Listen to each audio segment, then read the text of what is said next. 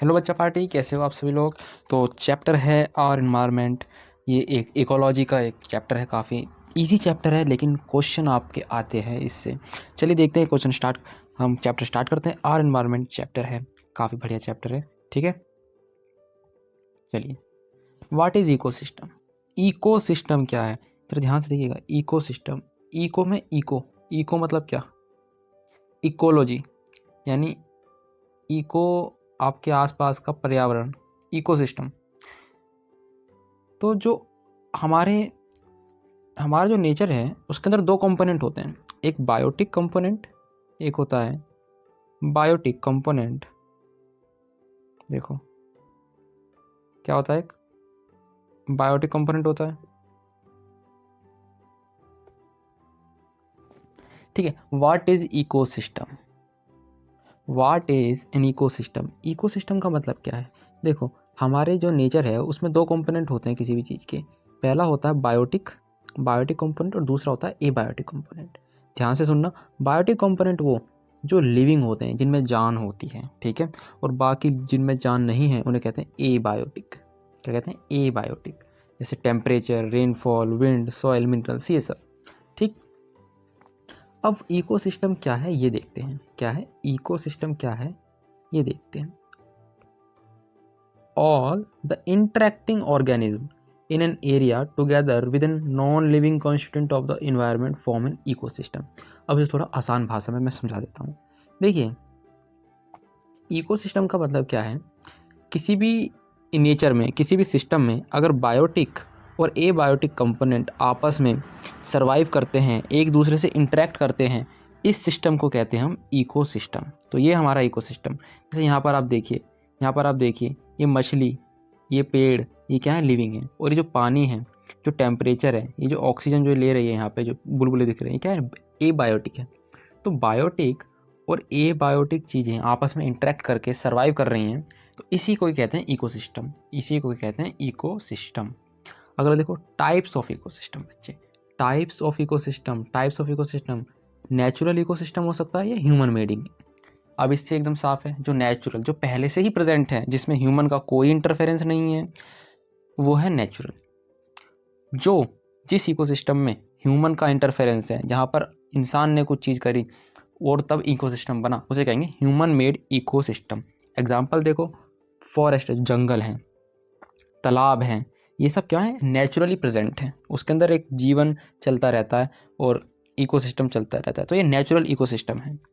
लेकिन human made ecosystem में क्या होता है, जैसे कि एक्वेरियम, आप क्या करते हो, शीशा लाते हो, उसमें पानी भरते हो, उसमें प्लांट्स करते हो और फिर उसमें मछली डालते हो, तो आप उसमें क्या कर रहे हो, इंटरफेयर कर रहे हो, आप एक खुद का इकोसिस्टम बना रहे हो। तो उसे हम कहते हैं ह्यूमन मेड इकोसिस्टम। इसे हम आर्टिफिशियल इकोसिस्टम भी कहते हैं। जैसे ये क्रॉप फील्ड्स, आप बड़े बड़े खेतों में एग्रीकल्चर करते हो, वो भी एक तरीके का इकोसिस्टम है। आप गार्डन बनाते हो, आप एक्वेरियम बनाते हो, तो वो भी क्या है, इकोसिस्टम है। Types of organism. अब जो ऑर्गेनिज्म है हमारे इकोसिस्टम में, कितने तरीके के ऑर्गेनिज्म हैं, ये लिविंग ऑर्गेनिज्म की बात कर रहे हैं, क्योंकि हमने पढ़ा था हमारे इकोसिस्टम में बायोटिक, क्या बायोटिक और नॉन बायोटिक, ए बायोटिक कंपोनेंट है। तो हम बायोटिक ऑर्गेनिज्म को हम डिवाइड कर रहे हैं 3 पार्ट्स में। पहला प्रोड्यूसर्स। प्रोड्यूसर्स कौन होते हैं, प्रोड्यूस करने वाले, जो प्रोड्यूस करें किसी चीज़ को। क्या प्रोड्यूस करेंगे भाई, खाना। इस धरती पर रहने का सबसे पहला जो नियम है वो है अपना सर्वाइवल। सर्वाइवल किससे होगा, जब आपको कुछ खाने को मिलेगा। तो प्रोड्यूसर्स जो हैं वो अपना खाना खुद बनाते हैं। जैसे कि ग्रीन प्लांट्स, कुछ बैक्टीरिया जो होते हैं वो भी प्रोड्यूसर्स होते हैं। ये फोटोसिंथेसिस से अपना खाना बनाते हैं, इन्हें प्रोड्यूसर्स कहते हैं। कंज्यूमर्स, जो प्रोड्यूसर्स का बना हुआ खाना कंज्यूम करते हैं, जो कंज्यूम करे वो कंज्यूमर।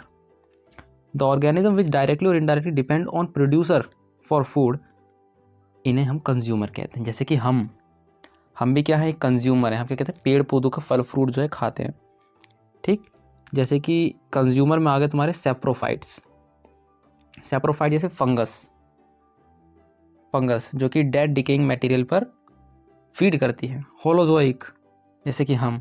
पैरासाइट जो बिना किसी ऑर्गेनिज्म को मारे उससे अपना न्यूट्रिशन एक्सट्रैक्ट करती रहती है, उसे हम कहते हैं पैरासाइट। तो ये सब किस में आ जाते हैं, कंज्यूमर में। नेक्स्ट है हमारा डिकम्पोज़र, डिकम्पोज करने वाला। डिकम्पोज मतलब आप समझ रहे हो, किसी चीज़ को घोल देने वाला, मतलब डिकम्पोज कर देने वाला। कुछ इसमें कुछ माइक्रो ऑर्गेनिज्म आते हैं, कुछ बैक्टीरिया हो गए, माइक्रो ऑर्गेनिज्म हो गए, वर्म्स हो गए, कीड़े मकोड़े हो गए। वो क्या करते हैं, किसी भी चीज़ को, जो प्लांट मर गया या एनिमल मर गया, उसका जो बचा हुआ हिस्सा है उसे मिट्टी में डिकम्पोज कर देते हैं, उसे मिला देते हैं। फंगस हो गया, बैक्टीरिया हो गया, ये डिकम्पोजर्स में आते हैं। देखो जैसे एग्जांपल है प्रोड्यूसर्स, ये है नॉस्टॉक। नॉस्टॉक क्या है, एक बैक्टीरिया है, तो ये एक प्रोड्यूसर है। प्लांट प्रोड्यूसर्स होते हैं। कंज्यूमर, बंदर दिखा रखा है, ये क्या दिखा रखी है, लाइस, क्या जूं, जूं दिखा रखी है। आप यहाँ पे अपने आप को भी डाल सकते हो। डिकम्पोजर्स में फंगस या बैक्टीरिया, ये डिकम्पोजर्स होते हैं जो चीज़ों को डिकम्पोज करते हैं। फूड चेन क्या है, इंपॉर्टेंट, सबसे ज़्यादा इंपॉर्टेंट है फूड चेन। ये क्या है, एक सीरीज़ है भाई। देखो आपने देखा होगा, चलो हम नहीं आते फूड चेन में, हम टॉप पे आते हैं फूड चेन में। फूड चेन क्या बात करें, ये एक चेन है कि कौन सा ऑर्गेनिज्म अपने नीचे वाले ऑर्गेनिज्म को खाता है। जैसे कि भेड़ ने खाया पत्ती, भेड़ को खा गया शेर, तो ये क्या है, एक फूड चेन। ठीक है, तो इस तरीके से होते हैं। The series of organism taking part at various biotic level form a food chain. जैसे देखो यहाँ पे देखो, यहाँ पे देखो एक बार जरा, कि यहाँ पर देखो, देखो ये क्या है, पेड़। ठीक है, पेड़ को खाया किसने, इस हिरन ने। हिरन को किसने खाया, हिरन को खाया इस शेर ने। ऐसी दूसरा, ये फ्लावर है, फ्लावर में से नेक्टर लिया इंसेक्ट ने, इंसेक्ट को खाया किसने, मेंढक ने, मेंढक को खाया सांप ने, सांप को खाया किसने, फिर सांप को खाया बाज ने। तो ये क्या है, फूड चेन है। क्या है, फूड चेन है। तो ये फूड चेन आपको समझ आ गई, बिल्कुल। अब इसमें क्या है, ट्रॉपिक लेवल होते हैं। ट्रॉपिक लेवल क्या होते हैं, देखो फूड चेन में कुछ लेवल्स होते हैं। जैसे ये एक लेवल हो गया, जैसे ये एक लेवल हो गया, फिर ये एक लेवल, फिर ये एक लेवल के ऑर्गेनिज्म हो गए, ये एक लेवल के ऑर्गेनिज्म हो गए। तो जो सबसे नीचे वाले ऑर्गेनिज्म हैं, ये वाला जो ऑर्गेनिज्म है, ये ऊपर वाले का खाना बन रहा है। फिर ये ऑर्गेनिज्म अपने से ऊपर वाले का खाना बन रहे हैं, ये ऑर्गेनिज्म अपने ऊपर वाले का खाना बन रहे हैं। तो ये अलग अलग ट्रॉपिक लेवल है। कैसे इन ट्रॉपिक लेवल को डिवाइड करा गया है, देखो ऑटोट्रॉप्स जो प्रोड्यूसर्स होते हैं, सबसे नीचे क्या आएंगे, ऑटोट्रॉप्स, क्योंकि वो खाना बनाते हैं, इसलिए उनका फर्स्ट ट्रॉपिक लेवल है। ठीक है, ये क्या करते हैं, सोलर एनर्जी से क्या बनाते हैं, अपना फूड बनाते हैं, सनलाइट से फोटोसिंथेसिस करके अपना फूड बनाते हैं। सेकंड पे आ गए जो इन प्रोड्यूसर्स को खाएंगे, यानी हर्बीवोर्स, इन्हें प्राइमरी कंज्यूमर्स कहते हैं। ये सेकंड ट्रॉपिक लेवल पर आते हैं। थर्ड पर आते हैं स्मॉल कार्निवोर्स, जैसे कि क्या हो गया, ये मेंढक हो गया, इंसेक्ट हो गए, ये क्या है, छोटे छोटे कार्निवोर्स है। कार्निवोर्स क्या, जो कि मांस खाते हैं। हर्बीवोर्स जो घास फूस खाते हैं। ठीक है, ये सेकेंडरी कंज्यूमर होते हैं, क्योंकि ये प्राइमरी कंज्यूमर को खाते हैं। देखो जरा, ये सेकेंडरी कंज्यूमर किसको खाएगा, प्राइमरी कंज्यूमर। देखो प्रोड्यूसर को खाएगा प्राइमरी कंज्यूमर, प्राइमरी कंज्यूमर को खाएगा सेकेंडरी कंज्यूमर, सेकेंडरी कंज्यूमर को खाएगा टर्शरी कंज्यूमर, जिन्हें हम लार्ज कार्निवोर्स कहते हैं। जैसे शेर हो गया, चील हो गया, बाज हो गया, ये सब क्या है, लार्ज कार्निवोर्स है। इनसे ऊपर इन्हें कोई खा नहीं सकता, ये अपनी नेचुरल डेथ ही होगी इनकी। अगला 10% लॉ। अब बहुत जरूरी, एक बहुत बढ़िया चीज़ है ये, देखो 10% लॉ क्या कहता है भाई। 10% लॉ ये कहता है कि जैसे प्रोड्यूसर्स को पेड़ पौधा खाया किसने, बकरी ने, बकरे को खाया शेर ने। ठीक है, पुष्पा वाला भी है गाना, ये जागो जागो बकरे, शेर आया तो कर देगा टुकड़े हुई। खैर उसमें नहीं जाते हैं, 10% लॉ को समझते हैं। देखो बहुत सिंपल है भाई मेरे। देखो यानी कि अगले ट्रॉपिक लेवल पर मान लीजिए एक पेड़ में 100% एनर्जी है, तो 100% एनर्जी बकरी में नहीं जाएगी जब बकरी उस पेड़ को खाएगी। उस 100% का केवल 10% ही उस बकरी में जाएगा। फिर उस बकरी को शेर खाएगा, तो उस बकरी का 10% एनर्जी ही उस शेयर में जाएगी। तो यह 10% लॉ। तो the interaction among various component of environment involve flow of energy. ये फ्लो ऑफ एनर्जी होता है one trophic level to another trophic level.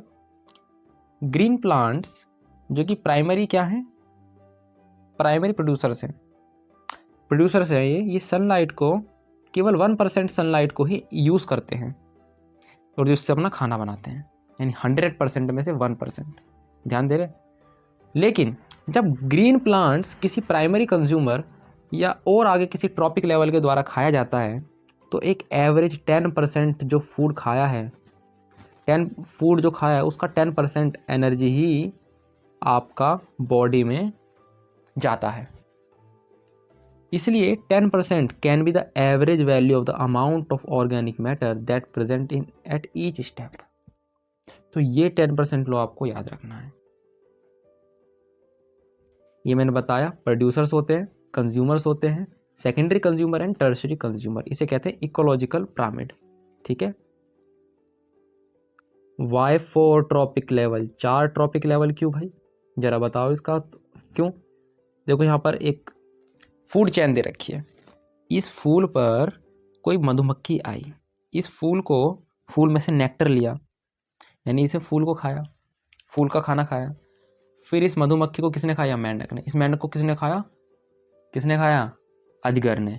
तो ये क्या है, फूड चेन है। ये आपका हर्बीवोर हो गया, ये आपका हर्बीवोर हो गया, प्राइमरी कंज्यूमर। ये आपका सेकेंडरी कंज्यूमर, ये आपका टर्शियरी कंज्यूमर। ये क्या है, ऑटोट्रॉफ, प्रोड्यूसर। इसकी एनर्जी इसमें केवल 10% जाएगी, इसकी टोटल एनर्जी में से इसमें 10% जाएगी, इसकी टोटल एनर्जी में से इसमें 10% जाएगी। यह है 10% रूल। ठीक है। 4 ट्रॉपिक लेवल क्यों है? Only a little amount of energy is available for the next level of top consumer. Food chain generally consist of 3 और 4 स्टेप। क्योंकि देखो, इससे 10%, इससे 10%, इससे 10%, इससे 10%। अगर ज़्यादा फूड चेन लंबी हो जाएगी तो आने वाले जो कंज्यूमर्स हैं उनके पास तो एनर्जी बचेगी ही नहीं, तो उनका कुछ खाने का तो फ़ायदा होगा ही नहीं। इसलिए नेचर में हमारे 4 ट्रॉपिक लेवल पाए जाते हैं। इसलिए क्योंकि the loss of energy at each step is so great, क्योंकि यहाँ से केवल आगे 10% ही जा रहा है, बाकी 90% वेस्ट हो रहा है एनर्जी।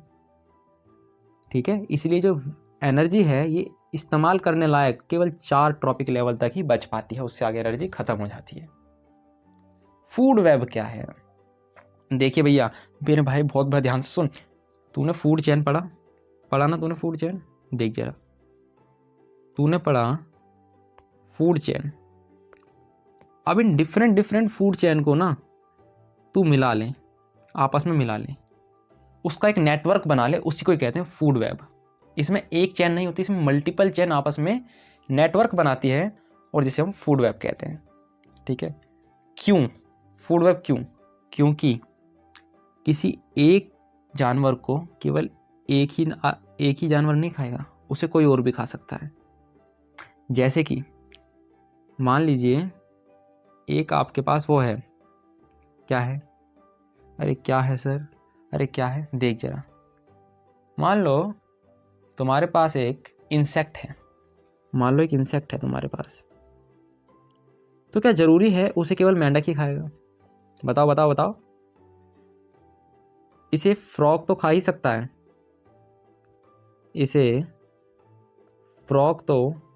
सकता है, लेकिन क्या इसे मैं ये कह दूं कि कैमिलियन भी खा सकता है? कैमिलियन मतलब एक छिपकली, वो भी तो इंसेक्ट को खाती है। या लिजार्ड, कैमिलियन मतलब होता है वो जो रंग बदलता है, गिरगिट। तो लिजार्ड भी एक इंसेक्ट को खा सकती है। फूड चेन में हम किसी एक ही ग्रुप को दिखाते हैं। मान लीजिए इंसेक्ट को खाया फ्रॉग ने, लेकिन फूड वेब में हम एक ऑर्गेनिज्म के मल्टीपल फीडर्स दिखा सकते हैं। ठीक है। ये डिफरेंस होता है एक फूड वेब में और फूड चेन में, कई बार आ जाता है, तो इसलिए बहुत ज़रूरी है। नेक्स्ट देखते हैं लिमिटेशंस ऑफ एनर्जी फ्लो। ये मैंने आपको बता दिया कि क्या क्या लिमिटेशंस हैं। देखो, पहला सनलाइट से एनर्जी जाती है प्रोड्यूसर में, प्रोड्यूसर से हर्बीवोर्स में, हर्बीवोर से कार्निवोर्स में और टॉप कार्निवोर्स में। ठीक है। ये एनर्जी फ्लो है।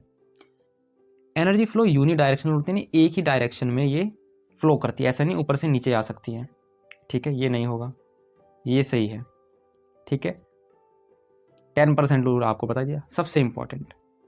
इसे मैं रेड से कर देता हूँ मोस्ट इम्पॉर्टेंट। ठीक है, इसे मैं थोड़ा सा स्टार लगा दूँ, क्योंकि आता है आपको 110% आपको ही मिलेगा ही मिलेगा। बायोलॉजिकल मैग्निफिकेशन क्या मतलब है इसका? मैग्निफिकेशन मतलब क्या होता है, चलो बताओ। मतलब किसी चीज़ को जूम करना, उन्हें और बड़ा कर देना। तो क्या होता है, किसी भी अगर जैसे पानी है, पानी में कुछ ये आपको दिखा रखा है कि कुछ इम्प्योरिटी है, कुछ टॉक्सिक मटेरियल है। अब उस पानी में मछली रहती है, मैंने जू प्लैंकटन रहते हैं, उन जू प्लैंकटन में पानी जाता है तो वो टॉक्सिक मटेरियल जो गंदगी है वो जू प्लैंकटन में चली गई। जू प्लैंकटन को खाया छोटी मछलियों ने, वो गंदगी छोटी मछलियों में गई, और इन मछलियों को खाया बड़ी मछली ने, तो ये गंदगी इस मछली में चली गई और ज़्यादा हो गई, और इस मछली की गंदगी, इन सब की गंदगी इसमें चली गई। समझ रहे हो? तो क्या हो रहा है, गंदगी ऐड होती जा रही है। तो इसको कहते हैं बायोलॉजिकल मैग्निफिकेशन। अब एक बार इसे ना स्टेटमेंट से पढ़ लेते हैं, क्योंकि आप लिखोगे कैसे फिर। देखो क्या दे रखा है, the increasing concentration of a substance such as a toxic chemical in tissue of organism at successively higher levels in a food chain is known as biological magnification. ठीक है, as human occupy the top level of the food chain, the maximum concentration chemical get accumulated in our bodies। अब इससे ऊपर भी हम आते हैं, humans सबसे टॉप मोस्ट उस पर आते हैं, ट्रॉपिक लेवल पर। तो ह्यूमंस जो हैं सबसे टॉप मोस्ट ट्रॉपिक लेवल पर आते हैं।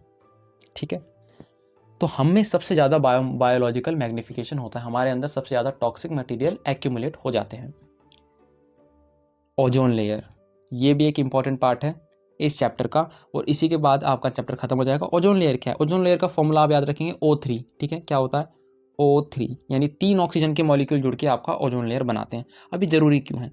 देखो हमारा क्या है, हमारा सन है, तो सन क्या है, अपनी यूवी रेडिएशन छोड़ता है। कई तरीके की यूवी रेडिएशन होती है, UVA रेडिएशन, UVB, UVC।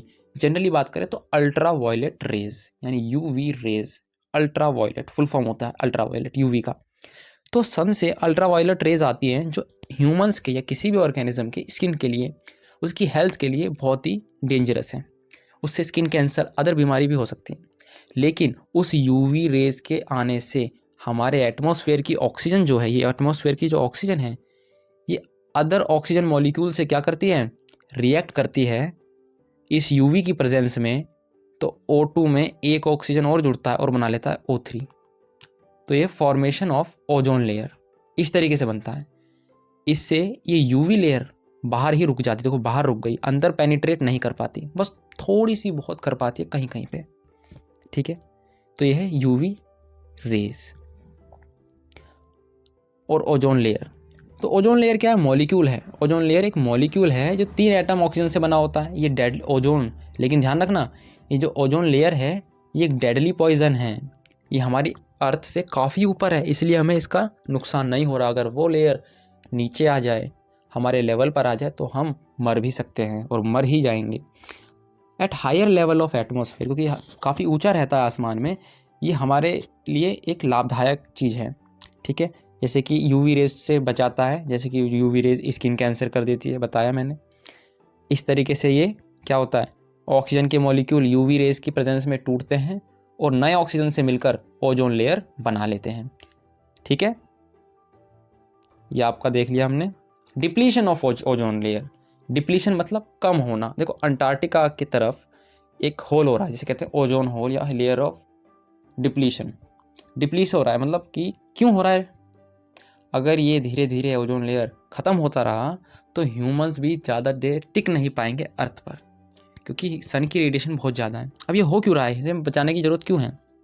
क्योंकि हम अपने घरों में, रेफ्रिजरेटर में, फायर एक्सटिंग्विशर में, एसीज़ में क्या इस्तेमाल कर रहे थे, CFCs। इसका फुल फॉर्म आ जाता है 1 मार्कर क्वेश्चन में, ध्यान रखना। CFC मतलब क्लोरोफ्लोरोकार्बन। फिर से बोलो, क्लोरोफ्लोरोकार्बन, इसका मतलब है CFC। ये क्या करता है, ओजोन लेयर को कम करता है। ठीक है, the amount of ozone is atmosphere began to drop sharply in the 1980s। यानी 1980 में हमारे ओजोन की लेयर कम होती जा रही थी। किस एंड से? अंटार्कटिका, ये अंटार्कटिका वाला एरिया है, ठीक है। क्यों? क्योंकि ह्यूमंस क्लोरोफ्लोरोकार्बन का यूज ज़्यादा कर रहे थे, जो कि डिप्लीशन में हेल्प कर रही थी ओजोन की। 1987 में 1987 में UNEP, United Nation Environment Programme ने क्या करा था? CFC को बैन करा था पूरे इंटरनेशनल लेवल पर, जिससे कि काफ़ी अच्छा रिस्पांस देखने को मिला और ओजोन धीरे धीरे ग्रो हुई और लेयर हो गई। लेकिन अभी भी कंप्लीट लेयर नहीं है, डिप्लीशन हो रहा है धीरे धीरे अदर कारणों की वजह से। मेन कारण है क्लोरोफ्लोरोकार्बन, ये आपको याद रखना है। It is mandatory for all companies to make CFC free refrigerator. यानी अब जो आप घरों में अपना फ्रिज इस्तेमाल करते हो वो क्या है? बिना CFC के। गार्बेज क्या है? जो आप कचरा डालते रहते हो इधर से उधर, लिया यहाँ फेंक दिया वहाँ फेंक दिया। गार्बेज क्या है? गार्बेज क्या होता है? 2 प्रकार का होता है, बायोडिग्रेडेबल वेस्ट और नॉन बायोडिग्रेडेबल वेस्ट। चलिए समझते हैं। बायोडिग्रेडेबल वेस्ट जो बायोडिग्रेड हो सके, मतलब जो सड़ के मट्टी में जा सके, जो डिकम्पोज हो सके, वो से कहते हैं हम बायोडिग्रेडेबल वेस्ट। नॉन बायोडिग्रेडेबल जो कि एंजाइम्स के द्वारा, बैक्टीरिया के द्वारा डिकम्पोज ना हो सके, वो सालों साल तक, हज़ारों लाखों साल तक एनवायरनमेंट में ऐसे ही रहेगा, तो इसे कहते हैं नॉन बायोडिग्रेडेबल वेस्ट। जैसे पॉलीथीन हो गया। और दोस्तों यहीं पर